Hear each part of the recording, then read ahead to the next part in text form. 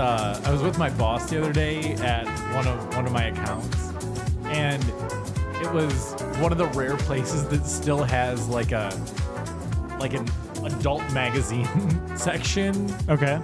And they've got like a cardboard shield covering like the majority of like the cover. Uh-huh. And he was like, "Hey, they got an adult section. You want me to like expense you a mag?"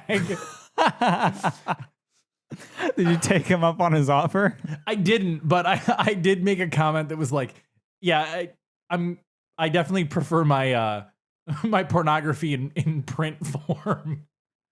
I prefer my pornography when it's paid for by my work. Paid for by work, and also it needs to be in a physical print medium." It's like how good it is to take a dump at work, you know? It's like to get paid to drop a deuce. Oh, hell yeah. I'm going to always drop a deuce on the clock. Oh, yeah. If I can get paid. I never, if I'm at work and I need to shit, I never do it when I'm on breaks. I always do it before a break or before I leave for work. Or like if I need to kill some time before the end of my shift and I need to take a shit, I'll just take a shit and like I'll definitely elongate it by sitting there on my phone. Do you ever do it after a break? Like you take your full break, punch back in, and then immediately go to the bathroom? Haven't done that one in a while, no. Okay. I definitely did all sorts of sort of bathroom break manipulation when we used to work together. Good times. Well, I mean, it's just like, yes, I am wasting the company's time, but I already finished all my work for the day. The only thing I have left to do is like sit at the counter and like help out customers. Oh, you don't want to do that. And there's already 2 to 3 people doing that on a regular basis. They don't need me to. Right. And I don't want to. And I did my duty for the day, so I might as well do my duty. For the day. Nice. Welcome everybody to Break Room Nachos episode 7.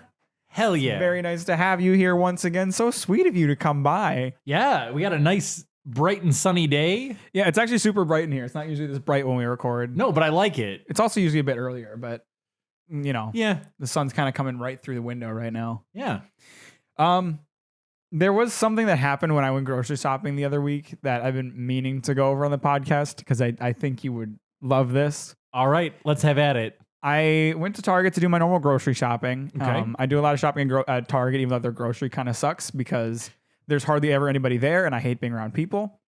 Okay. In the grocery section specifically, like Target's a pretty popular place, but no one buys groceries there except for people like me who don't want to talk to other people. Right. Their selection's a little limited, but or deal with the shopping cart conundrum that we've gone over before. Yes. So I went to checkout. I was at the self checkout. I set my stuff down and I started to, get my stuff going. And then this woman standing next to me at the other self checkout thing started to kind of call attention to herself by like getting the attention of one of the employees. Okay. And so I looked over at her. She was doing the very classic thing that you and I have both dealt with quite a bit. No. The whole she scanned something she was buying. It didn't show up as on sale. So she got mad at the employee who definitely controls all the prices in the system. Oh, yeah. Because that dude or female, it doesn't matter. That person who's like monitoring the U-scan lanes, like it's absolutely their fault. Yeah, 100% chain wide. It is that person's fault that didn't come up on sale. You work here. It's your job to ensure the prices are correct. Right. But they were helping her out. They were trying to figure out what the actual price was. Here's something that really bugged me. She had her mask pulled down underneath her chin. Okay, so basically not even wearing it. Yep, and did not pull it up when they walked up to her to help her. Okay, that's even worse. And then while they were like taking their time to like try to figure out what the actual price was, she was getting really impatient. Like, you know what they do? Like they start sighing really heavily, start being like, this is ridiculous. And then she pulled a vape out of her purse. Stop. And puffed on it right in the store. No. Yes. Just ripped a fat cloud in the middle of the store. Stop. I was looking at her so pissed. I was like, you should be dead. Wow, that is breaking all sorts of pandemic rules. Pandemic And rules, laws. common sense rules, general courtesy rules. Right, not to mention the fact that you can't vape indoors in public. I know. I was like, what the fuck is wrong with this lady? Right, like even not in a pandemic, that's not okay. No. And like the employees didn't say anything. I'm glad they were like just willing to put up with it. But I was very tempted to just be like, hey, can you knock that shit off? Oh my God. Because, you know, I was close enough that the vape cloud was getting into my air, and I don't want to get that like secondhand vape cloud, you know? Sure. Like, so fucking rude. God, who does that in public? I know. I couldn't believe it. Like she checked all the boxes of a Karen in one go.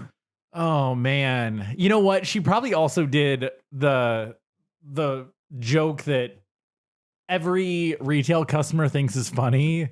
Well, there's no price, so it's free. Yep, that's the one. No price. I guess it must be free. Haha. My friend once told me that he says that joke, and I told him he should go fuck himself.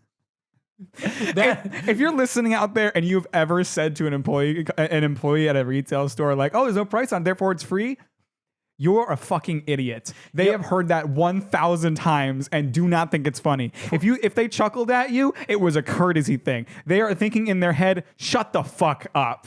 Yeah, everyone's thinking you're a complete fucking idiot, and that joke was maybe funny the very first time someone ever told it. And it's such a dad joke. So it's like funny entails like a quick giggle or maybe like a puff of air coming out of your nose. A puff of vape coming out of the Target lady's nose. It's not a laugh. No. And then 1,000 times down the line, it's not even like a puff of air. It's a forced puff of air. Right. That's like, ugh, it's so goddamn annoying. Oh God, there's so many of those stupid jokes that get recycled. I'm sure like waiters and waitresses have like their own. Oh, I absolutely. Their own series of jokes that they hear about. But the no price, I guess it must be free, is that one. That one's probably the most reused retail joke of all time. And not funny. Not funny. Not even really funny the first time. So I don't understand why everybody says it. Like, yeah. You sheeple out there need to get your act together. Yeah. Have an original thought. This goes back to our hot dog conversation. You know, just quit piggybacking, you stupid idiot. Yeah. Anyway, so for a few weeks now, I've been collecting questions for the podcast in my Discord server. Right, because we did ask all of you to submit questions. And then we've just continuously forgotten to go over them like a couple of cucks. So so today we want to dig into some of your questions. The first one I've got is from Shupoop on my server, and it is what is your favorite film? My favorite film, that is definitely an easy one for me. Oh really? Yeah, I have like an all-time favorite. Jumanji: The Next Level. The third one? Yeah, for sure. Absolutely. Yeah, okay, next question. No, actually, my favorite movie of all time, and this gets like put into double categories because it's kind of considered like a Christmas movie, but It's a Wonderful Life is by far my favorite movie. Really? I've seen that once. It's pretty good. It's I don't remember it well enough to like give any. It's definitely a good movie. It. It gets played every year at Christmas, and it's set at Christmas, but there's nothing Christmas about it. So like, it is a Christmas movie, but not. Yeah, it's just a great film. That's a good one. There's a lot of good Christmas movies. I'm personally a big fan of A Christmas Story, and oh hell yeah, Christmas Vacation is my family always listen to. We always watch that every year. You serious, Clark? Serious, Clark? That's one of my favorite lines from that movie. My mom's favorite is the the very classic. I don't know, Margot. Why is the floor wet, Todd? I don't know, Margot. Like, it's so fucking good. Oh God, Elaine from Seinfeld. That movie's so funny. God, yeah. The other line I love from that is when they're going sledding. And Clark has like some sort of like sled lube. Yeah. And cousin Eddie's like, none of that for me, Clark. I had that metal plate in my head replaced. Cause I can't think of what his wife's name is, but He's like, yeah, every time she fired up the microwave, I'd piss my pants and forget who I was for 30 minutes. Oh my God. Uncle Eddie in that movie is amazing. Hell yeah. Oh, that's just such a good movie. Yeah. Classic. Oh, but on that topic, what's your favorite movie? See, I don't know. It's a really hard question for me to answer because, I'm not much of a movie watcher. And it's especially hard for me to name favorites. I will say, Jumanji 3. definitely. Yeah, for sure. Well, Shin Godzilla, which I covered in my Godzilla video, is one of my favorites. I love that movie. I think it's so well done. But it's definitely not for everybody. I do really love this probably is my favorite movie. I fucking love The Big Lebowski. Okay. Yeah, that's a classic movie. It's so good. Yeah. I will watch that all day, every day. Jeff Bridges is just so good in that movie. It is a really good movie. It took me a long time to finally watch it. I feel like more people know of The Big Lebowski than have actually seen it. Like most people I know have heard of it but have not seen it. Yeah, that I can get that. I mean, it's kind of a niche movie. Yeah, I mean, I'm a little older, so I think people around my age have probably seen it either originally or enough years have gone by of people talking about it that they've got around to watching it. But it's definitely it's very big pop culturally. It gets referenced a lot. Yeah, there's a brewery, Oddside Ales. They a lot of their beers they name after they make Big Lebowski references. They can be so funny too. Because they can be so subtle. There's a lot of ways you can work it in. Even Cyberpunk 2077, which came out in November, had a Big Lebowski reference in it. Nice. There's a website on the internet in that game that just has a quote from the dude. Nice. The dude abides. The dude abides. Oh, nice. I really like movies like that are just so kind of different. The thing I like about that movie is that in any other movie, the dude would be a side character. He's really not main character material, and his entire plot is that he's getting involved in other people's plots. Right. I just love that. I love that they decided to focus a movie around that guy, around a guy who would be a side character in any other story. It's just fascinating. Yeah, no, that's great. Not trying to backtrack too much, but beer names, breweries are so freaking clever. They do come up with some funny stuff, except for that one where they made the Irma Gerd beer in 2016. Oh yeah. Oh my God. That shit was so hard to look at. It was oh my God, guys, this meme was relevant in 2008. What are you doing? Right? Oh God. Yeah. That was a hard miss. Yeah, that one was pretty weak. But Oddside does a really good job. I know they have one. It's got like bowling pins and a bowling ball. It's called El Dankarino. Nice. And they do one, The Nihilist. Nice. Oh, I love that. Yeah, we are nihilists. Yeah, I think they've got a few that are like that. But yeah, no, they just get really creative. And I actually just had a beer last night from a brewery called Pigeon Hill. They're out of Muskegon, Michigan. It is a donut flavored cream ale. Okay. But it's called Donut Stop Believing. Nice.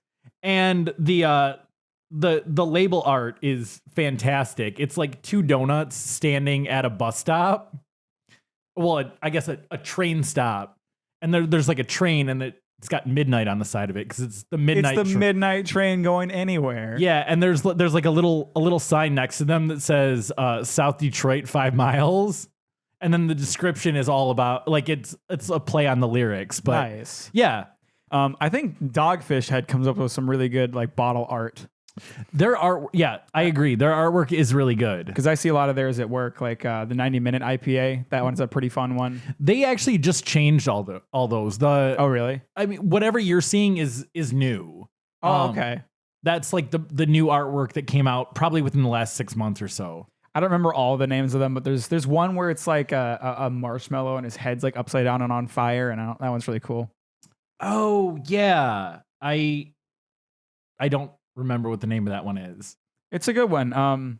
I feel like if you're gonna do that kind of thing, get creative with it, make it look cool. Oh yeah, absolutely. You gotta make your bottle stand out amongst all the hundreds of other bottles, Exactly, and they sucker me in all the time. I bought that Donut Stop Believing because of the name, and it had a cool label. How was it? It was actually really good, so I wasn't disappointed. Nice. Pigeon Hill does good stuff. I believe they're also the ones that made that Cafe Disco that I sent you. Nice. The play on The Office, which was fine. It didn't blow my mind, but it was good. But yeah, that label made a lot of Office references, so I figured I had to go with it. Nice. Well, after that, Yeah, what's next? Let's answer some questions. from Scorpion, we have, what type of kid were you in high school, and what was your favorite subject? What type of kid was I? I was a little nerdy. You're like a sports guy. Well, I guess you were into video games, which was much less common in your time. Yeah, I fell into like a weird category. I was like a sporty nerd. Like, Oh, cool. Because you get really into like sports statistics and all that, right? yeah, I can see that. I can see that being a thing. Yeah, so I was kind of a sports guy. I did play hockey for a couple years, but that was pretty much it. As far as like playing any kind of organized sports, I was a baseball umpire for Little League for a season. I think, you told me about that. So your fascination with Little League started? probably just watching little kids play with balls. What can I say? As far as my favorite subject goes, I don't know. I've always liked like history. That's always been a thing for me. History is cool. But I will say that in all likelihood, this isn't even a subject, but gym was always a big one for me. Like, really? I fucking hated gym. It was miserable. I took it my freshman year so I could get out of the way, but I hated it. So at my high school, you were required to take one semester of gym, like your freshman year. Yeah, that's what I had. And then it was elective after that. So I had my one semester my freshman year, and then I elected to take it as like a full year course as a sophomore, junior, and senior. I loved it. No, thanks. Oh God, I just need to be athletic and competitive at something. No thanks. Fuck, there was something I was gonna say, but I lost it. For me, I feel like I was kind of invisible in high school. Really, with hair like that, it would seem like it's kind of hard to be invisible. I was wearing a hat in high school. You could wear hats in your school? Yeah. Oh no, that was definitely not allowed for us. We were allowed to do that. Maybe not in my first year of high school, but in like the following years of my high school for sure. Like I was very much a background person. Like I feel like this is weird. People in my high school definitely knew of me, but very few people knew who I was. Okay. Because in my freshman year, I took a video production class, fell in love with video production. So my sophomore year, I started doing the school news, and the school news was limited to just juniors and seniors, but I got special permission from the video teacher because he saw how passionate I was about it. Yeah. And so the school news was my school was on trimesters instead of semesters. We had 3 trimesters instead of 2 semesters. Okay. So, it was 3 semesters of doing the school news. So I did that sophomore, junior, and senior year. So 3 out of 4 of my school years, I was doing the school news. But because, like I mentioned on our previous podcast, I never went in front of the cameras. Yeah. So my name was in the credits of every episode of School News, but I was never on the school news. Oh, that's how you were invisible. Yes. I gotcha. So, like there was a good number of people who knew who I was, but that I didn't necessarily interact with. So, I guess like that's kind of, and then like, especially in my senior year, like, so I had my one trimester of video in freshman year. And then every year after that, I had a video class during part of the day for the rest of the year. So there was there was only two trimesters in my entire high school career I wasn't taking a video class. Okay. And then in my senior year, that was turned up by a lot because I was also You took it up to 11. I took it up to 11. Nice. So I was doing an internship with the channel that was in the school that I mentioned before. The town I was in started a TV station, realized how much work it was to keep up a TV station, so they offered to let the school have it, and they would give them funding. Oh yeah. You had mentioned that previously. Yep. So we had the TV station operating out of our school, and they had like a station manager who worked for the school but wasn't a teacher. So I interned with him. So I had my one class of the day working for the school news, second class of the day interning at the station. So that's 2 out of 5 of my classes for the day were just in the studio or in the video classroom. And then for one trimester of that year in particular, I did the internship for 2 classes instead of just one. So there was 3 months during my senior year where I spent 3 hours in the studio. Hell yeah, dog. Which was awesome. So, during that year, especially, like, I didn't even eat lunch in the lunchroom. I would get lunch and take it back to my editing bay so I could keep working. Like, yeah. So people didn't really see me in my senior year. Yeah. So people knew I existed, but I wasn't exactly around much, and I definitely was not popular. So now I'm fully aware of what I'm about to say, and I'm not gonna throw your full name out there, but if so in the credits of said videos, it would show first name that we're not gonna mention because you hate it. No, it wouldn't. Mack, or it just said Mack. It just said Mack. Hell yeah, that is hilarious. There was a few times they tried to put my name in there, but I made them cut it out because at that point I was like a producer, and I was like, nope, we're not putting my name on there. Hell yeah, that is hilarious. Or like I made the credits a couple times, and I just put myself as Mack.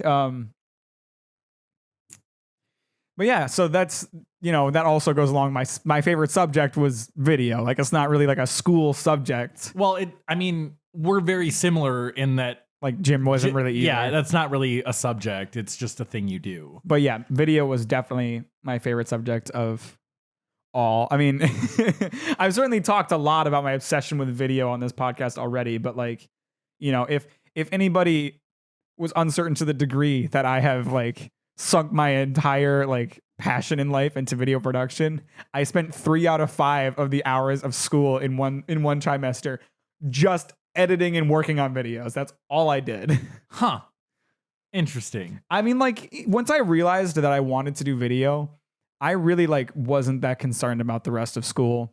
Like, I get that. I did okay in school, but I was one of those kids that people hated because I didn't try very hard, and I still did really well. Yeah. So I did like half of my assignments, and I still got a B on yeah, that's fine. I still got like a B average, but of course, like I aced all of my video classes. Sure. But like, I didn't take AP classes. I didn't take advanced classes. Like, there was two options for algebra in my class. There was like the normal algebra class, and then there was like the slower algebra class for like the stoners and dropouts. Yeah. I took that one. Nice. Because I didn't have to work harder than I had to. Right. You could take calculus, or you could take trigonometry. Trigonometry is like 5% of calculus. I took trigonometry. I did not take calculus. Nice. I wasn't trying to impress anybody with my school record. I was just trying to make good videos. So I wasn't trying any harder than I needed to. Yeah. Nice. What we got any more questions? What do we got here? We do. Is a Pop-Tart a ravioli? Okay. Coming from Rexley, you music artist. He's pretty good. Okay, is a Pop-Tart a ravioli? I thought about this after he sent it. I'm not sure. You would know this better than I do, and I didn't look it up because I'm lazy. Okay. Does ravioli refer to the dish as a whole, or I'm pretty sure ravioli is the type of noodle, right? Yeah. I mean, ravioli is the type of noodle. Yeah. Well, it's kind of like saying you have spaghetti. Like, it's the type of noodle, but you also have like a plate of spaghetti. I think I would say ravioli is probably in the same boat. I guess you could be right. That was gross. Excuse me. Oh, all right. We're all good then. I don't know. I feel like the fact that the Pop-Tart is made out of pastry instead of ravioli, probably. Yeah, I think the pasta dough is definitely a requirement to be ravioli. But then, I mean, the Pop-Tart thing is really funny because it is like it's a filling on the inside with like an outer layer, and it's even like the same shape. It's like a rectangular square situation. Yeah. Oh God, what are those? What are they? Uncrustables? Is that a thing? Or Uncrustables ravioli. I mean, it's in the same boat. Is an Uncrustable a Pop-Tart? I feel like that's actually probably that's definitely possible. But I like the comparison of a Pop-Tart to ravioli. It is really funny. That was a good meme one. I would say a ravioli definitely needs some sort of pasta and probably needs to be cooked in water, like boiling, not a toaster. I don't think a ravioli in the toaster would come out very well. Maybe not. Join us for our next video when we cook ravioli in a toaster. Oh, good. That'll be fun. Oh, speaking of videos, we've got a new one coming out. Any idea when that release date's going to be? Definitely at some point. I like that. Okay, well, if you enjoyed our first video, we have a second one coming out that we just filmed. Hopefully that'll be out sooner rather than later. We need a few more, like, guys, for these podcast questions, give us some stuff to like discuss for sure. Like, tell us about, I don't know, a fight you're having with your friends, and we'll solve it for you. Yeah, maybe you had a falling out and maybe your friendship needed to go on a hiatus. We'll figure it out. We'll make the final judgment on who's right and wrong. Yeah, let's figure that one out. We're happy to help on that. For sure. Also, anyone who wants to send pictures of your dad so we can rate them, that would be really good. We can rate your dads or your moms. Actually, I wouldn't mind rating some moms. I would love to rate some moms. Hell yeah, just rate all those moms. This isn't gonna help with our misogyny thing. I want to rate your dad as much as I want to rate your mom. Right. Well, except for Stacy. Well, Stacy's mom. She had it going on. I thought you were talking about Stacy, who can eat my ass. Oh God, that bitch. Oh yeah, Lion King's a great film. I haven't seen it. I haven't seen The Lion King. What? I haven't. You what? Is that really so shocking what? to you? You know, literally. Okay, you know the movies I haven't seen. It's the fucking Lion King. So how have you not seen that? How haven't I didn't watch it? That's how. Like, not as a kid. Like, No. I get now not watching it. I haven't watched it in years. But No, I watched Godzilla movies when I was a kid. I watched Godzilla versus Space Godzilla, my dude. okay, I'm talking when you were like 5. That's what I watched. I watched Godzilla with my dad. I mean, that's not horrible. That's actually kind of cool. But like, you still should see The Lion King. No, I didn't watch any of that shit. God, watch The Lion King. It's such a good movie. Seen The Iron Giant. The Iron Giant's fantastic. I own The Iron Giant. I've never seen it. Dude, The Iron Giant is so fucking good. Honestly, I think I bought it because like the animation artwork looks so good. It's so well done. Like, I love how he's kind of got that like Art Deco look to him. He's got a very cool design. Yeah. But yeah, I saw it in like a $5 bin at like Meijer or Walmart or something, and I was like, You should absolutely watch that. I watched it recently for the first time in years. Oh, it's so good. I love The Iron Giant. have you ever seen The Brave Little Toaster? I have not. Okay. I think you've told me about that. Yeah, I mean, if you haven't seen The Lion King, There's so many Disney movies I haven't seen. Okay, I haven't seen Milan. oh, you don't need to see it. That movie's trash. I haven't seen. Oh God, sorry. It has nothing to do with the fact that it surrounds a female character. a female character that is disguising herself as a male. It has nothing to do with that. I legitimately just don't like that film. God damn, dude. Oh. How are we gonna escape this look? Maybe we just embrace it. I don't want to do that. I don't either, because that's really not a thing. Oh, great. All right, what do you got? Throw something at me, bro. Your mama. Your mama. I am kind of interested in this question. What kind of video games do you both enjoy and why? Because I know you aren't a big gamer, but like there's games you've played. Yeah, I mean, I know you're absolutely going to disagree with me, and probably all of your gamer friends are going to, but I am very much in the camp of... Oh, you're a sports gamer guy. Oh, well, I absolutely am, but I wasn't even going to go there. Oh, okay. Super Mario Brothers 3 is the greatest video game of all time. I mean, it is really fucking good. I'm not going to say it's the best, but it is good. I mean, it's freaking incredible. That's Considering how old that game is. That's probably my favorite 2D platforming Mario game. Okay. You know, I don't know if it's Mario Galaxies is my favorite Mario game, but I've never even heard of that. What? Yeah, that's a thing? Mario Galaxies insanely When good. did that come out? 2007? Oh, really?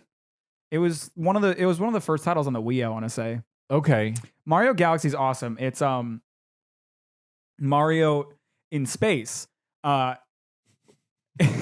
sounds ridiculous. So, okay, so here's what it is, right? Like, to fix all of the, the interplanetary plumbing needs. No. So like, it's really fucking cool because you have like these like spherical planetoids.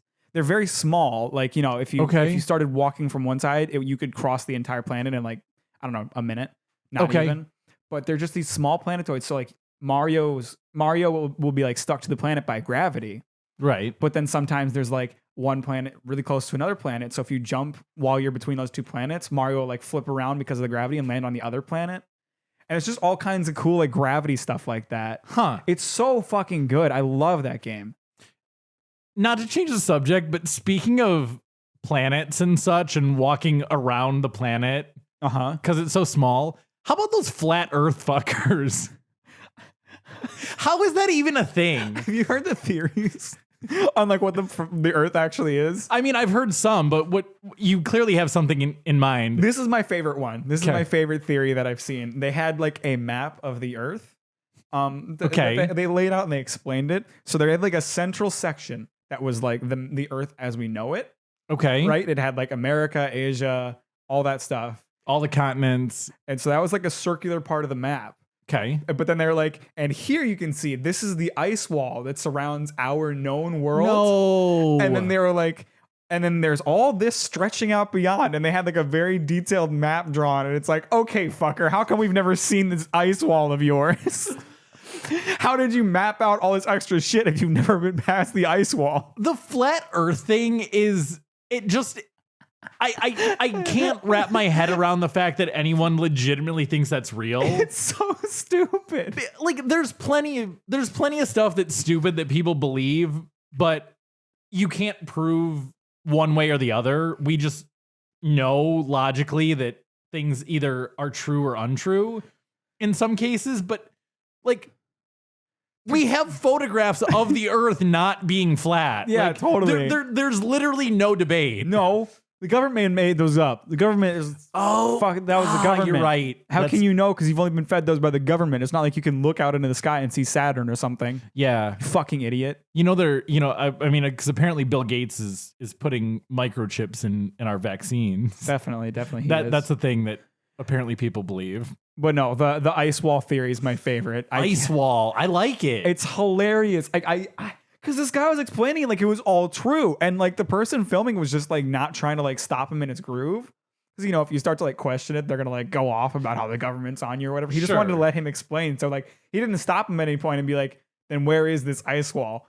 So he's just continuing to explain it. Like, here's the ice wall. Here's everything beyond it. We call this continent this continent this. And it was like the actual Earth we know was like 10% of the entire world that he had mapped out, but like never offered proof that any of it exists at all.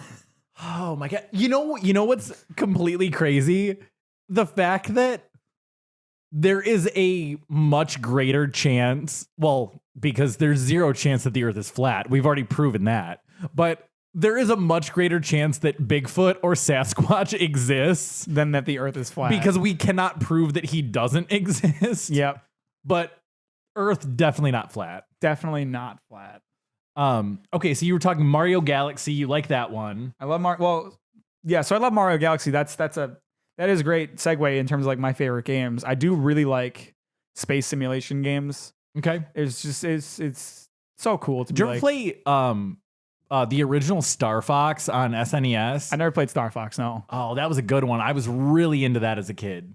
I haven't played that, but like I really enjoy kind of just being like alone in a little spaceship out in the middle of nothing, kind of just hanging out. Okay. I like to play some music and just fly around in space in those games. Nice. But then I think like my favorite games are ones that are like very like combat heavy and like that require you to be really good at the game to like proceed. Okay. So like I'm a big fan of like the From Software, like Dark Souls and Bloodborne and Sekiro, games that are super tough but like you can beat by being good at them. Okay. And Monster Hunter 2, like that's a game that's like very skill focused. Like, you know, they offer you like better armor and better weapons like the further you get into the game, but the thing you have to improve in that game is not your weapons or armor, it's how good you are at it, cuz the monsters late game are fucking tough. Okay. So I really like games that just require you to be good at them. Yeah, I mean, I'm trying to think other games that I really liked. I mean, I did like Madden back in the day. Or like whatever, like EA NCAA football, which doesn't exist anymore, but I think it's coming back. Madden still exists. They still put that shit out every year. Yeah, and everyone freaking loves it. The people who play it love it. The gaming industry as a whole does not like it. I mean, I guess people who don't play it probably don't like it, but that game is like so huge. Like in any kind of like sports world, that game is huge. That pulls people in like me. I mean, I don't play it, but it pulls people like me in that don't play video games. I don't understand how you can make the exact same game over and over and people still buy it like crazy. Like, why don't they? I don't get that. I don't get why. Because basketball hasn't changed. You know, the NBA games don't have different gameplay from game to game. They just like look more realistic or whatever. It's like you're still playing the same stupid game, you dumbass. So, okay, I see your point, and I fully agree with you. And this was a discussion on the radio station I listened to back, I don't know, whatever, over the summer, whenever the new Madden game came out. Because you know they're expensive. What are they like? $60 a pop. Yeah, the newest one is $70 for the PS5. Like they jacked up the maximum price recently, and now the sports game that's been remade 21 times. Oh, more than that. And it's $70. It's the same game. Yeah. So the one thing, obviously there are slight changes to the game year to year. Obviously, they're doing something different, but they're not drastic enough. So I've seen people suggesting where it should just be an update each year, because players change teams. That's kind of the biggest, right? The biggest change year to so year. Yeah, I get like it's the players and it's like, I don't know, the physics and the graphics or whatever. That's all it's the only reason I can see changing it. But I definitely think like it'd be better to have like one come out that gets updated pretty consistently for like 5 years, and then you could put out another one. Like that's fine if you that is absolutely what like the consensus was. Like, hey, buy this game for $70 and then spend, $20 a year to get an update for it or something like that. Right. That'd be valid. I'd still think it's kind of dumb, but it'd be valid. Yeah. You definitely need roster updates. That's definitely a real thing. 'Cause it's more, I mean, it's reality based rather than, whatever. Another video game that I got really into, I guess this technically would be considered a sports video game, but it's called Gallop Racer. What the fuck is that? I believe it's Gallop Racer 2003, if I want to get really specific. You betting on horse races? It is a horse racing game. You are the jockey, and you buy horses, and then you can like breed them and have like horses of offspring. Oh my. Yeah. Wow. Okay. I've never heard of that one.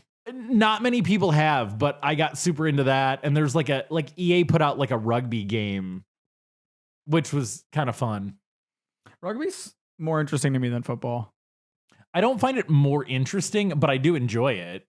I don't know. I mean, that neither one of them are interesting enough for me to actively watch them, but those rugby, those guys are real men, Hell they yeah. don't dress them in any of that armor shit. They slam their bodies together proper. Hell, nothing like raw dogging your boys. just a couple sweaty dudes just raw dogging each other, fighting over some balls. That's the best. Oh yeah, I like it. Let me see what else is in here. I'm glad you had all these questions just queued up and ready to go. Shut the fuck up. There's a lot to dig through here. Fair enough. There's one in here. Okay, so this comes from Microwave, who is German, which was interesting to me. I've never had a real Yeah, it's the Germans. Okay, Microwave, please don't stop listening. Please don't. I've never had a real bagel. What's all the hype about it? Isn't it just a bread bun with a hole? In Germany, they just sell bagel-shaped, regular, fluffy buns. But I heard real bagels are supposed to be dense. What do bagels even taste like? A fluffy bagel sounds awful. Yeah, no, that sounds like... I mean, I'm sure it would taste fine, but... That's not what you're looking for in a bagel experience. No. Like, you could probably have a hamburger on a fluffy bagel. That would probably be good. That'd be fine. But not the way we eat them. No, so bagels, they are definitely dense. They're very, like they are bread, but they're like very like dense. It's like bread. a chewy kind of. Yeah, they're chewy. It would be a good way to describe it. Yeah, it's a chewy bread. Yeah, it's a chewy bread. I believe they're boiled at some point. Yeah, so I mean, you can bake them or boil them, but boil them is the proper way to do it. Yeah. I know where I work at the bakery I work at, we don't boil bagels. We steam them and then we bake them, so they look like they're boiled, but they're not. Okay. What do bagels even taste like? I mean, bagels are just, I don't know how to describe them. Like they're not anything special. It's just, I think the texture is kind of the main draw of them. Like they just, kind of are good to eat. Anyone who's had a bagel is gonna say that it doesn't necessarily taste like this, but trying to think of like the closest thing that Microwave would have to a bagel, maybe like a baguette. Like those are pretty available worldwide. Like it's closer to that than regular bread, I'd say, but that's still definitely not a great comparison. It's not, but I can't think of it. That's so weird to me that you don't have bagels in Germany. Like, I mean, I guess I don't know what the Jewish population looks like in Germany anymore, but bagels are very like. Oof. Am I wrong? Like, I'm not saying anything. No, you're. I'm not saying anything inappropriate. I legitimately don't know if like the Jewish population is still big in Germany or if that's very like downsized at this point. I'm not trying to be offensive here. I'm making a legitimate observation, Mike. I know. I just wanted to make sure our audience knew that. But I'm not sure if like bagels come from Jewish culture or if it's specifically like the American Jewish culture that created bagels, but like especially like around like the New York area, like Jewish bagel shops are like a big thing. Right. Yeah, I mean, New York has a big Jewish population, so that makes a lot of sense. But yeah, to comment on your point, like I don't know the origin of the bagel. Yeah, I guess I don't know either, but I just find it surprising that Germany doesn't have bagels, I guess. Yeah. That's very strange. I mean, if you ask me, hey, what country do you think created the bagel? I would probably say either France or Germany. Yeah. Like that just seems like the area of the world that would be a thing, because we basically have created almost nothing in America. Well, no, we don't do that. I mean, maybe we're a mishmash of other cultures. Right. Everything we make is like a knockoff. Yeah, a knockoff or a combination of other things, but I don't know. Are you pretty into architecture at all? Like how like I do like architecture a lot. Okay, then this is a subject we can talk about. Yeah. American history is super boring. I'll bring that back to when we were talking about history class. Okay. I think American history is so fucking boring, and especially like historical locations in our country are so goddamn boring because our architecture sucks. Like you go to like. This was a big thing when I was younger because I grew up in New Hampshire, which is New England, which is like where we first colonized, right? Sure. Like there's all kinds of like historical locations and they're all just like wooden houses painted red or whatever. And it's like, it sucks to look at. Like I wish we had like Gothic cathedrals and like castles built for kings, but we don't have any of that shit. We just have boring wooden houses. Yeah, I mean, I think like the colonial style is so fucking ugly. Well, I think when, the United States was kind of formed, we were at like a weird point in technology. Like we had become more efficient than building out of like stone and marble and things like that. Sure. We're like, hey, we can start up a country making it out of wood. Let's do that.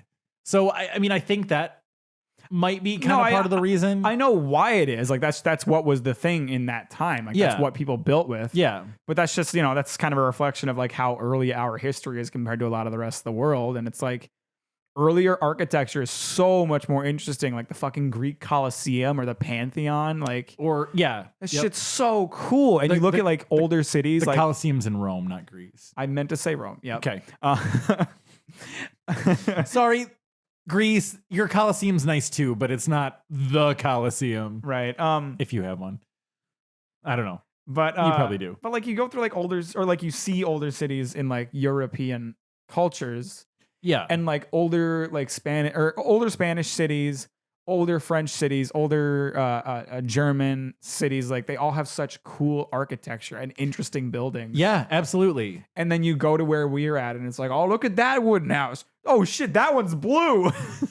Yeah, I get that. From that perspective, it is a little boring. Up until I think, at least for me, up until you got into like the early like 1900s is kind of, for me at least, when you started getting like some really cool looking, you get into like the Art Deco is sweet. Empire State Building, that kind of thing, where you really start getting some creative architecture. Yeah. At least here. Yeah, certainly, definitely. I in terms of like that, like I think a lot of the buildings in our skylines are ridiculously beautiful, like like the One World Trade Center, super cool building. Did you ever hear about the Chicago Spire? Is that just like the antenna on top of like the Sears Tower? No, so it's not a real thing. Okay. It was a building that almost got built that would have been the tallest building in the world until the Burj Khalifa was completed in Dubai. But it was a really cool looking building that just it was plans to be built around the time that the recession happened. So it was 08 probably. Yeah, so it was just an unfortunate casualty of that. But like, look at this thing. Oh damn! Like, look at how like this thing would have classed up the fuck out of this skyline. Like, it's just a cool looking building. Honestly, it just looks like a giant dildo sticking up. I mean, that's fair. I wonder if that played any sort of factor. Do you remember that episode of How I Met Your Mother when Ted's architecture firm was pitching like a building? Yeah, Bryan Cranston. Yeah, and it was like the tall building with like two giant spheres next to it. Yeah. That I feel like that is. Like that's exactly what was pitched. A bit, but I mean, it was an interesting looking building. I do think architecture is really cool. Yeah, architecture is cool. Have you ever seen? I don't know if it was going to be the tallest building in the world, but there's like a giant half finished building in North Korea that was supposed to be really, really big. Really? I don't know about that one. Yeah, they just never finished it. Seoul, South Korea is also a really cool city, like architecture wise. They have a lot of really cool buildings. Nice. Buildings, strong, sturdy, reliable. Yeah. Except for the ones that fall down. Oh, so I have kind of a cool building story. Okay. Are you familiar at all with the Fisher Building in Detroit? Mm-mm. So, the Fisher brothers were big in the automotive industry, I think, with General Motors. But that's not super important. It's a really cool building. It's big. You notice it in the skyline. But so kind of part of that like architecture boom was in the early 20th century. And so basically we had a lot of money in the US. Like we could just blow money on building these opulent skyscrapers. Right. So there's one, the Fisher Building in Detroit. Literally, the roof was covered in gold leaf. Okay. And in World War II, they were worried that it would, like, if anyone was trying to bomb Michigan, because the auto plants here were converted to make airplanes and tanks. Right. So we would have been a target if there was an attack here. They literally put tar over the roof. Oh shit. So that it wouldn't stand out and reflect from the sky. Well, after the war was over, the tar couldn't be removed without pulling off the gold leaf. Oh, rest in peace. So it's not nearly as cool, but now at night they light it up with gold lights that at least kind of give it that yellow glow. I gotcha. So That's sad. Yeah, very cool and very sad, but the story actually I think makes it kind of cool. The reason why they had to, cover all that up. I don't understand, and maybe this isn't like the architect's fault, more of like a client thing, like what clients want to see. But like, there's so many buildings that are just boring gray blocks, and it's like, who would want to build that? If you're gonna build a building, at least make it interesting. Like you don't have to make it like super expensive to make it visually interesting. Sure. So like, there's so many like skyscrapers in New York and Chicago that are just gray cubes, and it's like, fuck this building, dude. Yeah. Yeah, I get that. At least have some interesting characteristic to it. Yeah, like not every building can be the most unique building in the world. Not every building can be the Burj Khalifa, but we can at least make them look cool. Yeah. I mean, I'm kind of over like, oh, look at this building. It's made all out of glass. Right. No, glass buildings are pretty boring too. That's definitely. I mean, they're cool now and then, but like, I think you have to do something kind of unique with that too, because like, the hell is it called in England? Big Ben. Definitely not. That's not made of glass. I'm just naming buildings in Europe. What the? Oh man, I want to call it the Spire because now I'm thinking about the Eiffel Tower. No. What? Again, I'm just naming buildings in Europe. What country is it in? London Shard. The London Shard? No. The Shard. Like, this thing's kind of nifty looking. Oh yeah. I've seen that. Yeah. That's a cool one. Like, if you're gonna make a glass building, at least give it a little more unique look like that. Yeah, absolutely. If anyone's wondering why, like, I've mostly used pictures of cities for the background of our podcast, this is like the main reason why. I love the look of city skylines. I think they're so fucking cool. Honestly, I've wondered that myself, and I just never asked you. It's just an aesthetic I like, and I figured it worked since you can get a lot of shots like that that are kind of like a deep blue color, and our logo is blue, so it works out. Yeah. At first I thought like, oh, cool, you put a skyline of like a city that we're in or close to, and then I looked and I was like, nope, that's definitely not here. And then like I keep looking every time you put one out, and I'm like, nope, not here. It's just a random city. Most of them in Tokyo. Gotcha. The one I picked out for last week's episode is fucking Singapore. Okay, so here's the unfinished building from North Korea. Okay, what's unfinished about it? It looks pretty finished. I think only the outside is done. I think the inside is just like concrete. Oh no. Yeah.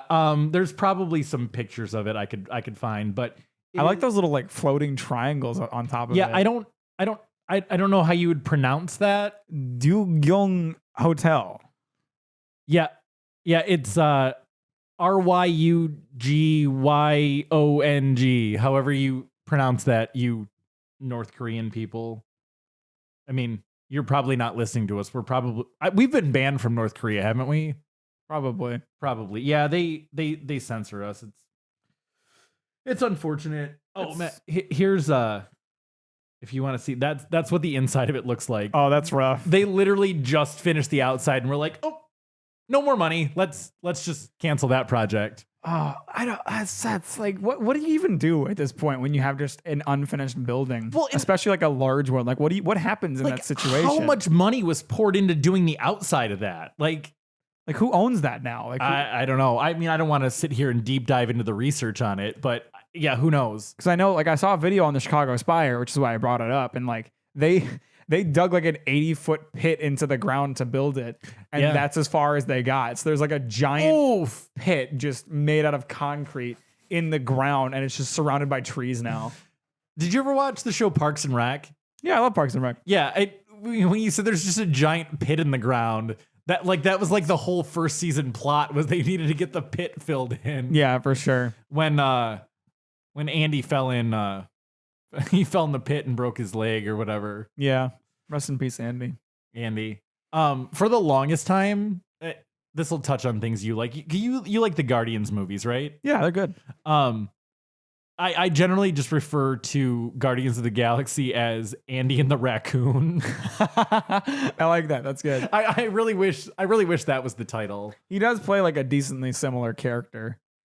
Oh, that's great. Not nearly as dumb as Andy Dwyer, but Sure. definitely still like a dumb goof. Nice. I should probably watch those one of these days. I think you would definitely like Guardians 1, especially like the musical references in it are really good. Yeah, no, I think so. I'm not into superhero movies. Right.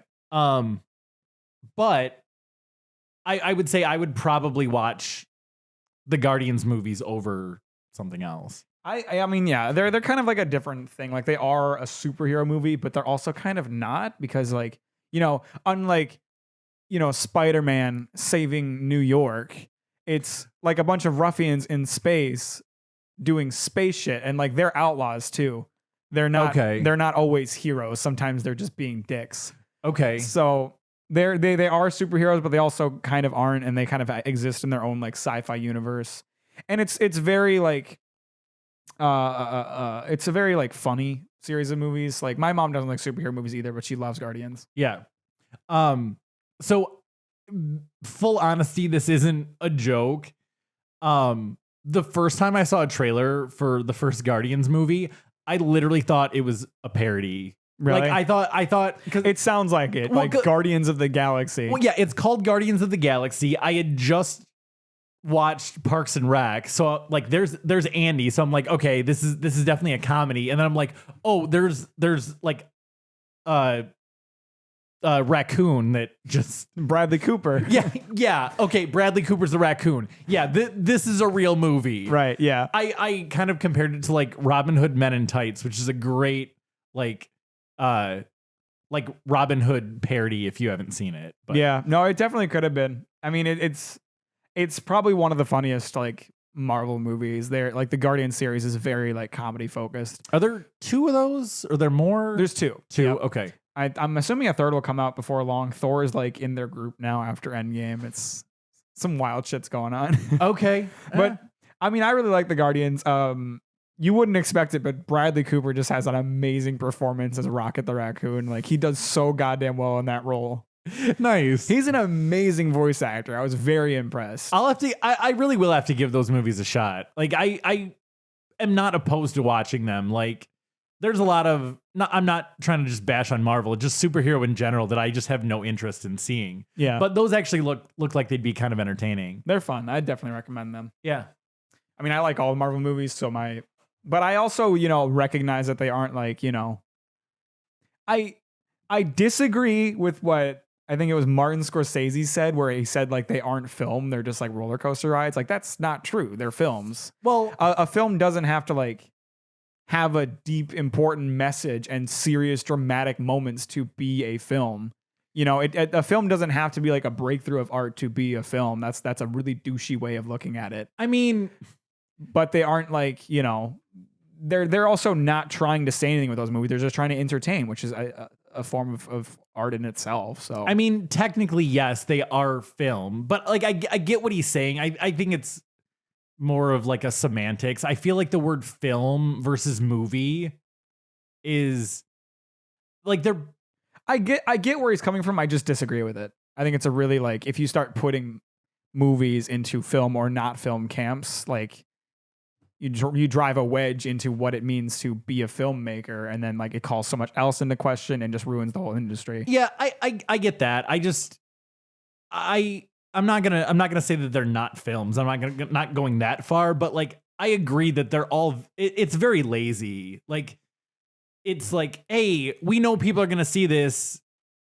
We're just gonna keep pumping out sequel and sequel and sequel, whether it's good or not, just because people are gonna go see it. Yeah, I mean, I do wish they did more with Marvel movies that was a little less predictable at times. Mm-hmm.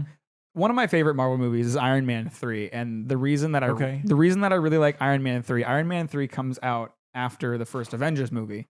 Okay. And throughout the entirety of that movie, Tony Stark is dealing with like PTSD from the events of the first Avengers movie. Okay. and he has like a serious anxiety problem and has like anxious breakdowns, and like there's chunks of the movie where he doesn't have access to his tech and has to kind of figure things out as a person rather than as Iron Man. Okay. So I really like that movie because that one is less of a superhero. It is a superhero movie, but it's also a very human story about like someone trying to overcome something they're struggling with. Sure. But they like after Iron Man 3, his like anxiety and PTSD just poof disappeared. Like it was done after that. Oh, that sucks. It was so disappointing. And then like Endgame comes out and Spider-Man is in Endgame, and Spider-Man is a kid. You know, he's 15 in this first movie. Okay. So, you know, in Endgame, I think he's 15 or 16, and he's like, there's this giant war that happens. Things are exploding. People are attacking him. Like, there's literally like one shot where he's like curled up in a crevice getting shot at, and there's explosions all around him. And he like, and then like people start to protect him, and he like gets up and whatever. It's like, he was 16. In his next movie, I think it would have been like great if he was like also like had some PTSD and like had some anxiety and had to work through that. But it was like, nope, he's Spider-Man. It's cool. It doesn't matter that he's 16. It's like, I don't know. I would like to see that kind of thing. Well, and more like I would have liked to see Tony continue to have those anxiety and PTSD problems throughout the series, or continue to have to work with them. Yeah. And I also would have liked to see Spider-Man have to deal with it a little bit more than he did. Yeah. Well, and the thing I really like any kind of movie or TV show where there's a main focus on keeping the continuity. Mm-hmm. And it seems like they did not do that with that. Like carrying the PTSD from one film to the next. Yes, they did fail there for sure. But yeah, like anytime that like something is referenced in an episode or a movie, and then even if it handcuffs you in the next episode or a sequel, as long as you keep that going, I think that's fantastic. I love that aspect of paying attention to like those tiny details that carry over. They do that to an extent. It is again not as much as it should be, but there are a lot of like interesting instances that people pointed out that are like, oh, well, that's where that came from. Like Black Panther and Hawkeye, when they meet in Captain America Civil War, there's like a scene where they're fighting, and Hawkeye because Hawkeye's kind of there just not really super invested in what's going on, but he is fighting Black Panther, and he like introduces himself. He's like, what's up? I'm Clint. And Black Panther just goes, I don't care who you are. But then in Endgame, when they see each other, he refers to him as Clint instead of Hawkeye. Ah. So there's little things like that, but it's not like anything groundbreaking. I do like that they managed to carry like a continuous storyline throughout however many movies leading up to Endgame. And I'm saying all this because I just watched Endgame the other day after having watched every other movie before it, like doing a Marvel watch through again, and like when the credits roll, it's a very like, damn, we're done kind of feeling. Yeah. Because like, the storylines that are coming up after this are like a new thing. Like a lot of stuff in those early movies was leading up to Endgame, was leading up to like the fight with Thanos, and now that is done. Yeah. So whatever's next is new, and like that continuing plot is done, especially with like some of the characters that were like done at that point. Yeah.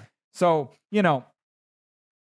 it's disappointing to see that end, but one thing I really dislike about Marvel movies is how not at all self-contained they are. Right. Like Civil War, Captain America Civil War is a really great example. That movie had like a lot of like conflict and drama in it that just didn't get sorted out at the end so they could carry it off into the next movies. And it's like, that's really frustrating. I prefer when movies have a very self-contained story and can like finish themselves off. Yeah. I get that. It's because, and someone brought this up on my Godzilla video recently. Like one of the things that's frustrating about Godzilla 2014, a few people said in the comments, like, to understand the message of 2014, you have to see the next movie. And I'm like, well, then that movie failed at its job of delivering a message, Like, yeah, if you can't tell a story within your movie, like then you had 2.5 hours to tell a story and you didn't, Yeah. And that's why I like Shin Godzilla a lot, because it is one movie. They're not going to make a sequel of Shin Godzilla. Okay. It is a self-contained story that is done at its end. And I really like that. I like to see just a movie finish its plot.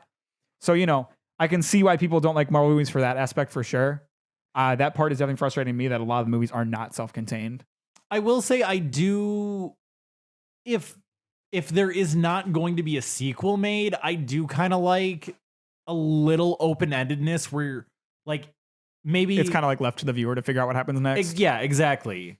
Yeah, I like that too.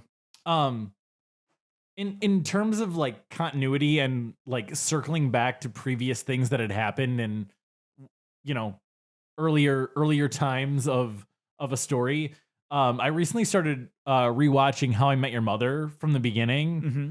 And the pineapple incident is like episode like 2 or 3, and they don't circle back and tell the story of the pineapple until like very late in the series. No, they don't.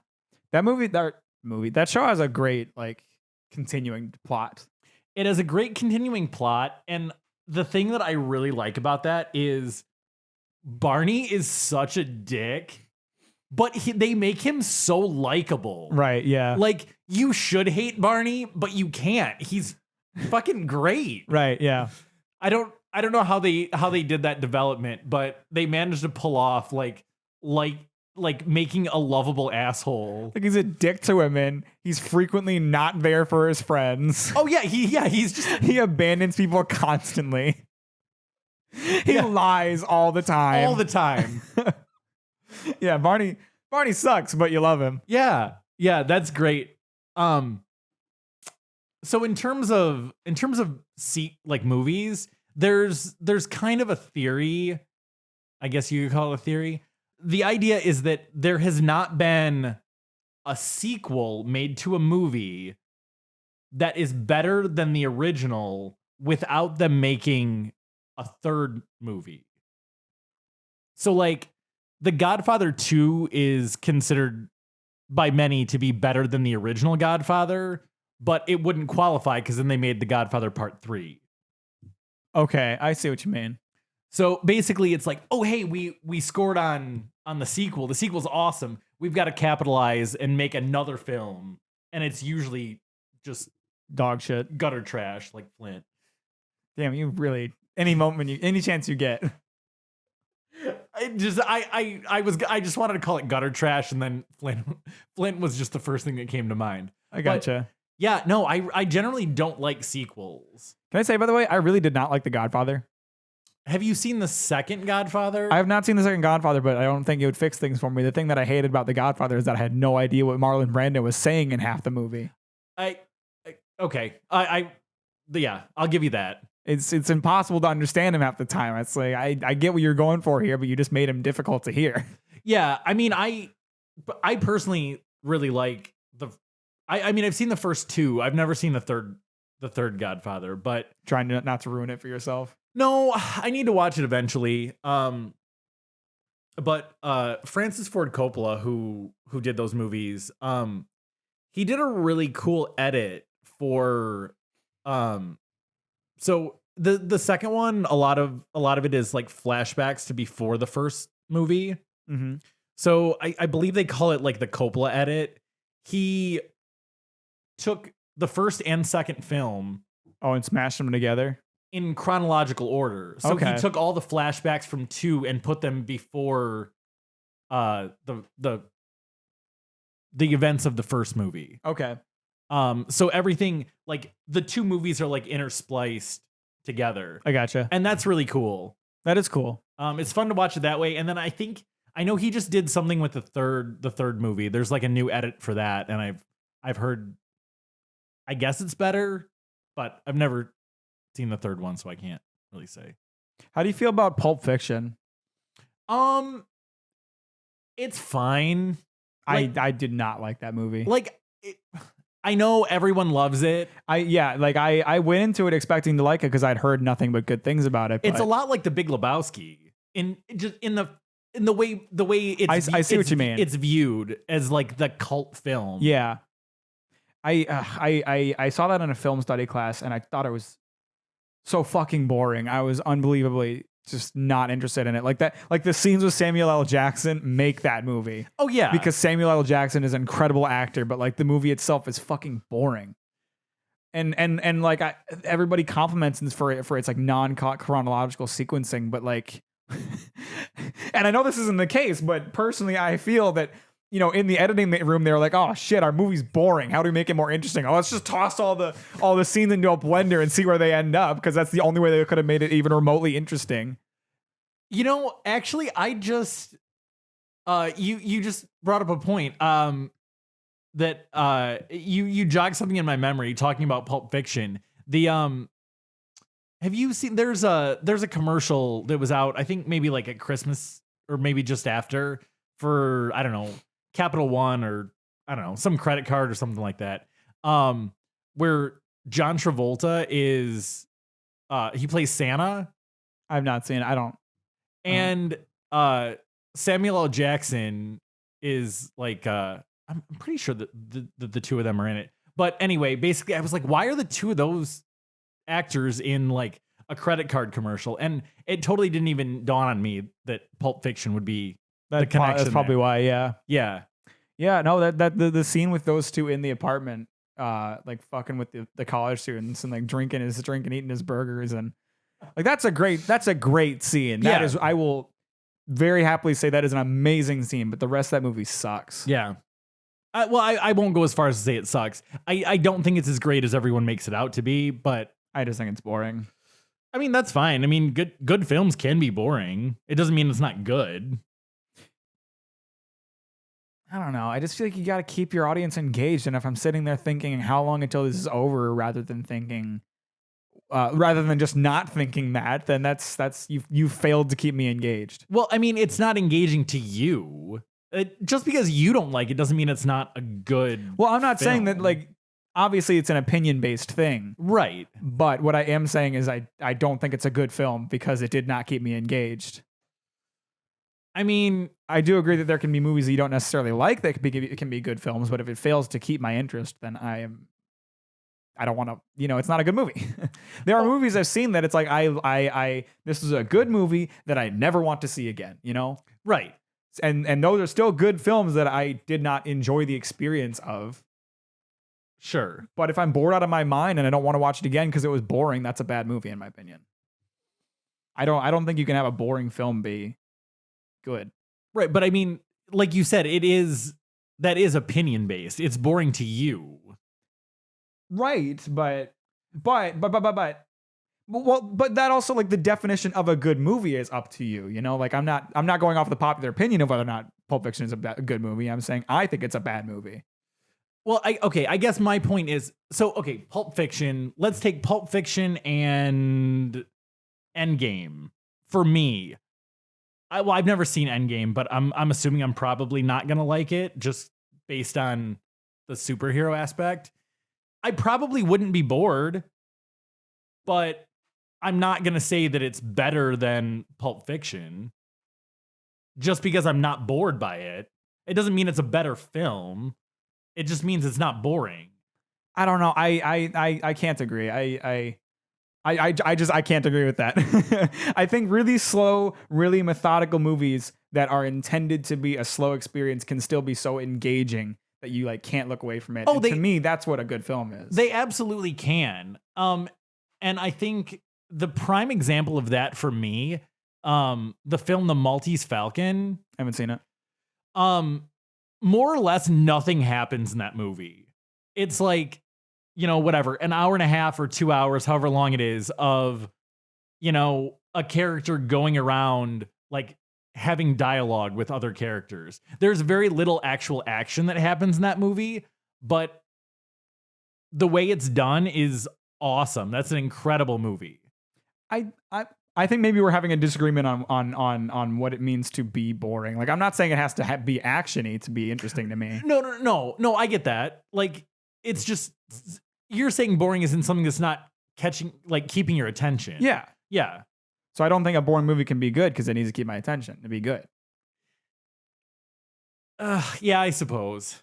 I don't know. Like, if a movie is like widely regarded as not boring to everyone but you, and you think it's boring, I don't think that doesn't make it a bad movie. But I'm not talking about the popular opinion. I'm talking about whether or not I think it's a good movie. But I'm still saying it doesn't. I don't think it doesn't make it a bad movie. It does to me. No, it makes it a bad movie to me. That's what I'm talking about. My opinion, not everyone's opinion. My opinion. No, okay, you can. Pulp Fiction is a shit movie. This podcast is over. No.